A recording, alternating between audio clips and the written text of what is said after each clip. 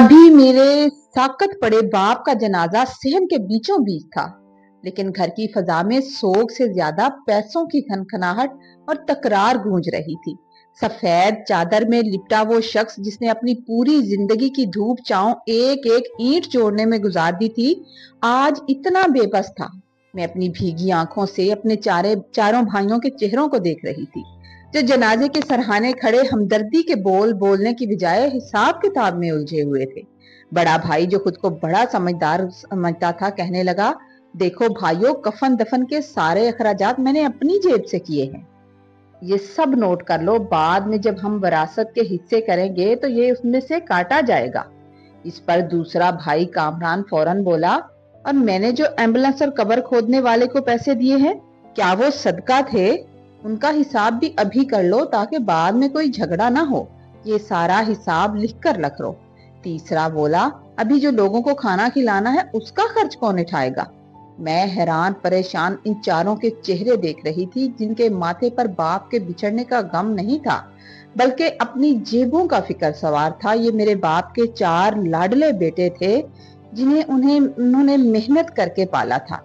मेरा छोटा भाई, जो सबसे लाडला था, वो एक कदम आगे बढ़कर अलमारियों की चाबी का जिक्र करने लगा। मुझे नहीं यकीन आ रहा था कि ये वही बेटे हैं जिन्हें मेरे अब्बा ने अपनी हथेलियों पर पाला था। मेरा नाम जैनब है और मैं 4 भाइयों की इकलौती बहन थी। मेरे अब्बा एक निहायत मेहनती और खुददार इंसान थे, जिन्होंने अपनी जवानी एक छोटे से कारोबार को सींचने में गुजार दी। वो अक्सर कहा करते थे, जैनब बेटी, मेरी औलाद मेरी ताकत है। मैं उनके लिए ऐसा महल बनाकर जाऊंगा कि उन्हें कभी किसी के आगे हाथ ना फैलाना पड़े।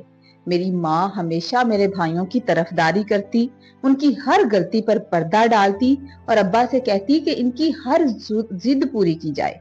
अब्बा मुझसे बहुत मोहब्बत करते थे, शायद इसलिए कि वो जानते थे कि बेटियां पराया धन होती हैं, लेकिन भाइयों के लिए उन्होंने अपना खून पसीना एक कर दिया था। ये बड़ा घर, जिसमें आज वो एक बेजान वजूद बनकर पड़े थे, अब्बा ने अपनी दिन रात की मेहनत से बनाया था। मुझे याद है वो कड़ी धूप जब मैं भी कड़ी धूप में भी दुकान पर बैठे रहते थे, ताकि बेटों को शहर की बेहतरीन स्कूलों में पढ़ा सकें। उन्होंने कभी अपने लिए नया जोड़ा नहीं खरीदा था, लेकिन ईद पर चारों बेटों के लिए महंगे लिबास और जूते हमेशा सबसे पहले आते थे। घर का पूरा निजाम अब्बा के एक इशारे पर चलता था। वो इस तनावर दरख्त की मान थे, जिसने अपनी छांव में सबको महफूज कर रखा था। घर का ये अजीम शान कारोबार जायदाद किसी को विरसे में नहीं मिली थी। मेरे बाप ने एक एक पाई जमा करके इसे खड़ा किया था। वो सुबह अजान के वक्त घर से निकलते और रात गए थके हारे वापस आते, मगर उनके चेहरे पर कभी थकन नहीं होती थी। हमेशा मुस्कुराकर अपने बेटों की फरमाइशें सुनते। माँ कहती थी कि बेटे जवान हो जाएंगे तो तुम्हारा बोझ बांट लेंगे, लेकिन अफसोस, आज बोझ बांटने का वक्त आया तो वो अब्बा का कंधा बनने की बजाय उनके छोड़े हुए माल पर गधों की तरह झपट रहे थे। भाइयों के दरमियान इस तलख कलामी ने मेरे दिल को छिलनी कर दिया। वो बाप जिसने उनको चलना सिखाया था, आज उसी के जनाजे के पास खड़े होकर वो कफन के पैसों का मुतालबा कर रहे थे। सूरज अभी पूरी तरह नहीं निकला था, लेकिन मेरे बड़े भाई असलम की बेचैनी अरूज पर थी।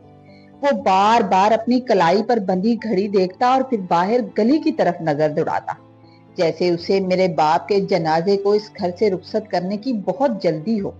उसकी आंखों में दुख की बजाय एक अजीब सी अजलत थी।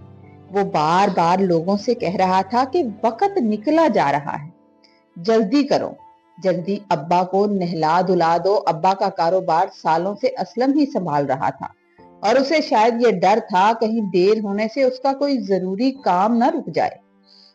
इसके बरक्स मेरा सबसे छोटा भाई इमरान, जो अभी अपनी पढ़ाई मुकम्मल कर रहा था, वो साकत खड़ा था। उसकी आंखों से आंसू थमने का नाम नहीं ले रहे थे। वो कभी अपनी कमीज की आस्तीन से आंखें साफ करता, तो कभी दीवार से लगकर सिसकियां भरने लगता था। बीच वाले 2 भाई कामरान और जिशान, जो शहर में अच्छी मुलाजमतें करते थे, वो भी वहां मौजूद थे, लेकिन उनके चेहरों पर वो कुरब नहीं था जो एक बाप के खोने पर होता है। दोनों रस्म निभा रहे थे और जनाजे के अखराजात पर दबी दबी जबान में बहस कर रहे थे। जब अब्बा का जनाजा उठा तो पूरा मोहल्ला रो रहा था, क्योंकि वो सबके दुख सुख के साथी थे। लेकिन इनके अपने चारों बेटे, जिनके लिए उन्होंने अपनी कमर दोरी कर ली थी, वो जनाजे को कंधा देते हुए भी एक दूसरे से आगे निकलने की कोशिश कर रहे थे। मैं और मेरी माँ दरवाजे की ओर से ये सब देख रहे थे। माँ की हिचकियां बन गई थी और वो बार बार यही कह रही थी, क्या इसी दिन के लिए मैंने इन्हें पाला था? क्या इसी दिन के लिए मैंने इन्हें पाल पोस कर बड़ा किया था कि ये बाप के आखिरी सफर में भी घड़ियां देखेंगे और पैसों का हिसाब करेंगे? अब्बा के इंतकाल को अभी सिर्फ एक ही हफ्ता गुजरा था कि घर की फिजा यकसर बदल गई। पहले दिन तो भाइयों और भाभियों ने खूब दिखावे का मातम किया, लोगों के सामने आंसू बहाए और ऐसे जाहिर किया जैसे उनसे बड़ा कोई सोगवार नहीं है। लेकिन जैसे ही 7वां दिन गुजरा, घर के किचन से आने वाली आवाजें बदल गई थी। एक सुबह किचन में बड़ी भाभी और मंजली भाभी के दरमियान खुलेआम तलख कलामी शुरू हो गई। बड़ी भाभी ऊंची आवाज में कह रही थी, देखो भाई, अब साफ बात होनी चाहिए। सालों से इस घर का खर्चा मेरा शोहर उठा रहा है, कारोबार संभालता है और तुम लोग सिर्फ बैठकर खाने वालों में से हो। अब ये नहीं चलेगा, कमाए कोई और, अड़ाए कोई और। इस पर मंझली भाभी तपकर बोली, भाभी ये मत भूलें कि अब्बा ने ये सब कुछ सबके लिए छोड़ा है। हम यहाँ बोझ बनकर नहीं रह रहे, हमारा भी घर है और कारोबार में बराबर का हिस्सा है। हम अब आपके दबाव में नहीं रह सकते। मैं और मेरी माँ किचन के बाहर खड़े ये सब सुनकर शशदर रह गए। वो घर जहाँ अब्बा की मौजूदगी में कभी किसी की ऊंची आवाज नहीं निकलती, सच कहते हैं बड़े घर में एक सायादार दरख्त की तरह होते हैं। आज वहां रोटी के टुकड़ों और हिस्सों पर लड़ाई हो रही थी। मेरी माँ ने सर पकड़ लिया। वो सोच रही थी कि जिस बाप ने अपनी पूरी जिंदगी इन बेटों को एक दस्तरखान पर बिठाने के लिए तपस्या की थी, उसके जाते ही उन्होंने एक दूसरे का गिरेबान पकड़ना शुरू कर दिया था। फिर वही हुआ जिसका डर था। अब्बा को गुजरे बमुश्किल 10 दिन हुए थे कि एक शाम बड़े भाई असलम ने हुक्म सादर किया कि सब लोग बड़े हॉल में जमा हो जाएं। वो मंजर किसी अदालत से कम नहीं था, जहाँ एक भाई जज बनकर बैठा था और बाकी सब अपने अपने मफादात के खुद वकील थे। असलम ने एक फाइल मेज पर पटकते हुए कहा, अब्बा अब नहीं रहे और अब ये घर और कारोबार इस तरह नहीं चल सकता जैसे पहले चल रहा था। मैंने बहुत सोच समझकर फैसला किया है कि अब हर चीज का बंटवारा हो जाना चाहिए, ताकि हर किसी को अपनी जिम्मेदारी का एहसास हो सके। उसकी बात सुनकर जैसे पूरे हॉल में सन्नाटा छा गया था। माँ की आंखों में वहशत थी और वो बार बार अब्बा की खाली कुर्सी को देख रही थी, जहां बैठकर वो हम सबको नसीहतें किया करते थे। छोटे भाई इमरान ने बोलने की कोशिश की, भाई अभी तो अब्बा की कब्र की मिट्टी भी गीली है, आप ये क्या बातें कर रहे हैं? लेकिन असलम ने उसे डांट कर खामोश करवा दिया कि तुम अभी बच्चे हो, तुम्हें दुनियादारी का नहीं पता। बाकी दोनों भाई भी असलम की हाँ में हाँ मिलाने लगे, क्योंकि उन्हें भी अपना अपना हिस्सा साफ नजर आ रहा था। मैंने देखा कि उनके चेहरों पर अब्बा की याद का कोई नक्श बाकी नहीं था, सिर्फ हिरस और लालच की एक लकीर थी जो भाई को भाई से जुदा कर रही थी। वो महल जिसे अब्बा ने अपनी मोहब्बत से सींचा था, अब एक कसाई की दुकान की तरह टुकड़ों में बंटने को तैयार था। हाल में छाए सन्नाटे को बड़े भाई असलम की खुरदरी आवाज ने चीर डाला। उसने सबके चेहरों पर नजर डाली और सपाट लहजे में कहने लगा, देखो अब इस बड़े को घर को संभालना अब किसी के बस की बात नहीं है। ना हम सब लोग इस घर में इकट्ठे रह सकते हैं। बेहतर है कि मेरा फैसला है कि इस घर को फरोख्त कर दिया जाए और जो रकम मिले उसे हम चारों भाई आपस में बराबर तकसीम कर लें। ये सुनना था कि मेरी माँ के पैरों तले जमीन निकल गई। वो तड़प कर बोली, असलम तो ये क्या कर रहा है? ये घर महज ईंट पत्थर का ढेर नहीं है, तेरे बाप की उम्र भर की कमाई है। इसकी एक एक दीवार में तुम्हारे बाप का पसीना और हम सबकी यादें हैं। मैं जीते जी इस घर को नीलाम होते नहीं देख सकती। माँ की आवाज में इल्तजा थी, लेकिन असलम के चेहरे पर संगदिली छाई हुई थी। वो तीखे लहजे में बोला, अम्मा अगर आपको इस घर से इतनी ही मोहब्बत है तो ठीक है, आप हमें हमारे हिस्से के नकद पैसे दे दें, आप और आपकी बेटी इसी महल में आराम से रहें। माँ खामोश हो गई। उसके पास तो अब्बा की यादों के सिवा कुछ भी नहीं था। वो हारी हुई नजरों से अपने उन जवान बेटों को देख रही थी जिन्हें अब्बा ने बड़े चाव से पाला था, मगर आज वो अपनी ही माँ से सौदेबाजी कर रहे थे। یہ وہی بیٹے تھے جن کی ابا کے سامنے ماں سائیڈ لیا کرتی تھی۔ آخرکار بیٹوں کی ضد اور تلخ رویے کے آگے ماں نے ٹوٹے دل کے ساتھ گھر بیچنے کی اجازت دے دی۔ گھر بک گیا اور چند ہی دنوں میں وہ چھت بھی چھن گئی جو ہمیں ایک دوسرے سے جوڑ کے رکھے ہوئے تھی۔ جب سامان بند رہا تھا تو میری ماں نے سسکتے ہوئے اسلم سے پوچھا، اسلم گھر تو بک گیا، اب یہ تو بتاؤ میں کہاں جاؤں گی؟ میرا ٹھکانہ کہاں ہوگا؟ میری بیٹی کا ٹھکانہ کہاں ہوگا؟ اسلم نے بڑی بے شرمی سے کہا تھا، اماں آپ پریشان کیوں ہوتی ہیں؟ ہم نے فیصلہ کیا ہے آپ باری باری ہم سب کے گھر رہا کریں گے، ایک مہینہ میرے پاس، ایک مہینہ کامران کے پاس اور اسی طرح باقیوں کے پاس۔ آپ کی سیر بھی ہوتی رہے گی، سب بچوں کو پیار بھی ملے گا اور آپ کسی ایک پر بوجھ بھی نہیں بنے گی اور آپ کا دل بھی لگا رہے گا۔ ماں جی کا جی چاہا کہ وہیں زمین پھٹ جائے اور وہ اس میں سما جائیں۔ جس ماں نے اپنی پوری زندگی ان چاروں کو ایک چھت تلے رکھنے کے لیے وقف کر دی تھی، آج وہی بیٹے اسے فٹ بال کی طرح ایک گھر سے دوسرے گھر میں اچھالنے کی باتیں کر رہے تھے۔ ان کے نزدیک ماں کی ممتا نہیں بلکہ اس کی موجودگی ایک بوجھ بن چکی تھی جسے وہ تقسیم کر کے بانٹنا چاہتے تھے۔ میں اپنی ماں کا ہاتھ تھامے یہ سوچ رہی تھی کہ کیا یہی وہ اولاد ہے؟ کیا یہی وہ اولاد ہے جس کے لیے ابا نے اپنی صحت اور سکون قربان کر دیا تھا؟ لیکن قدرت کا اپنا ہی ایک نظام ہے۔ میرا سب سے چھوٹا بھائی عمران جو بھی پڑھ رہا تھا، جس کے پاس کوئی بڑی نوکری نہیں تھی، وہ اب تک خاموش سب دیکھ رہا تھا۔ اسے جو حصہ ملا اس نے وہ سارا پیسہ ایک چھوٹے سے مکان کے کرائے اور ضروری سامان پر لگا دیا۔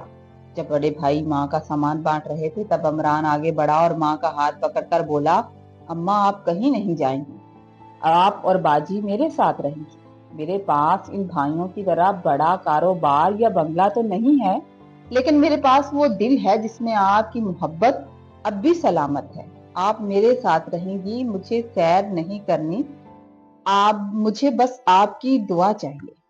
اسلم اور باقی بھائیوں نے اسے حقارت سے دیکھا اور اپنے اپنے حصوں کی رقم لے کر اپنے راستے الگ ہو گئے۔ کسی نے جھوٹے منہ بھی نہیں کہا کہ ہم بڑے ہیں، ہمارا حق بنتا ہے کہ ماں ہمارے ساتھ رہے۔ آج وہ عالیشان گھر ویران ہو چکا تھا، لیکن عمران کے اس چھوٹے سے کرائے کے مکان میں ابا کی یادیں اور ماں کی دعائیں ایک بار پھر آباد ہو گئی تھی۔ میں نے دیکھا کہ ماں کی آنکھوں میں آنسو سکون کے تھے۔ وہ سمجھ گئی تھی کہ محلوں میں رہنے والے بیٹے اکثر دل کے غریب ہوتے ہیں، جبکہ اصل وارث وہی ہوتا ہے جو دولت کے نہیں رشتوں کے بٹوارے کے خلاف کھڑا ہو۔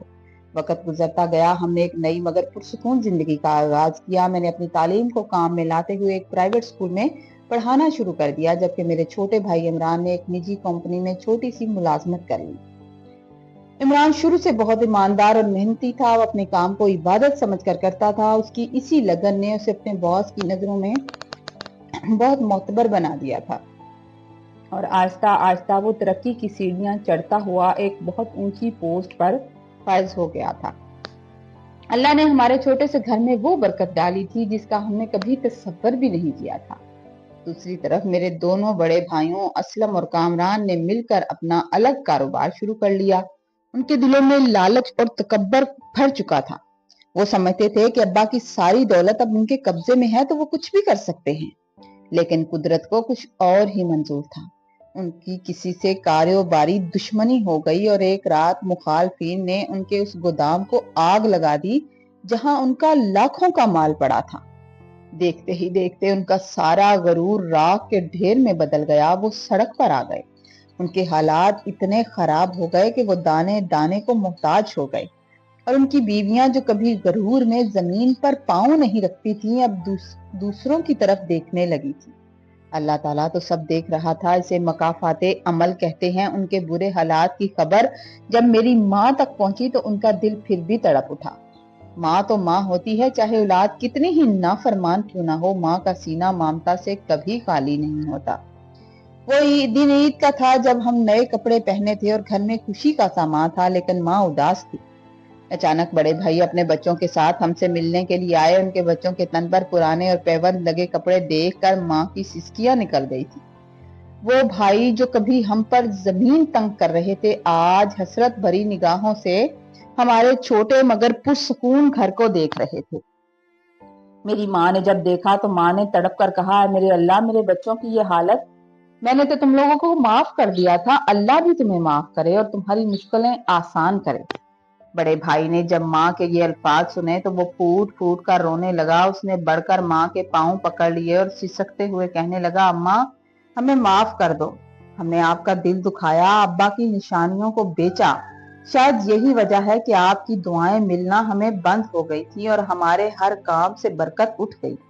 आज मैं मानता हूँ कि असल पैसा दौलत नहीं थी, आपकी दुआ और साये का होना है। इमरान ने आपका साया अपने साथ रखा तो आज कितने सुकून में है। आप हमें माफ कर दो अम्मा, वरना हम कहीं के नहीं रहेंगे। माँ ने तड़प कर अपने बेटे को गले से लगाया और उनके सरों पर हाथ रखकर कहने लगी, बेटा, तुम लोगों ने मेरा दिल इतनी बुरी तरीके से दुखाया था, मैं तुम्हें बद्दुआ तो नहीं देती थी, लेकिन मेरे अंदर से तुम्हारे लिए दुआ भी नहीं निकलती थी। और याद रखो, जिस घर में माँ बाप की दुआ ना हो वहां बरकत कभी नहीं ठहरती। लेकिन आज से तुम सब मेरी दुआओं में फिर से शामिल हो गए हो, अल्लाह ताला सब ठीक कर देगा।